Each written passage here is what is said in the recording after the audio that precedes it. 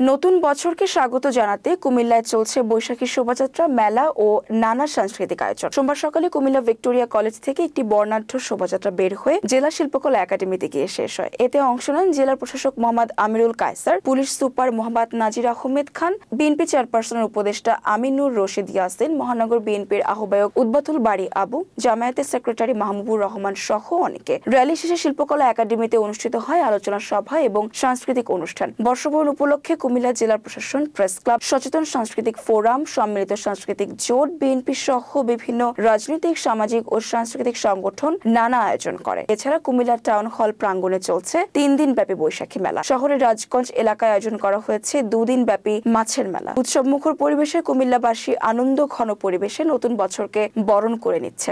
আমাদের মধ্যে সে দলমত, বর্ণ, ধর্ম নির্বিশেষে সকলকে আজকের এই দিনটি আমাদের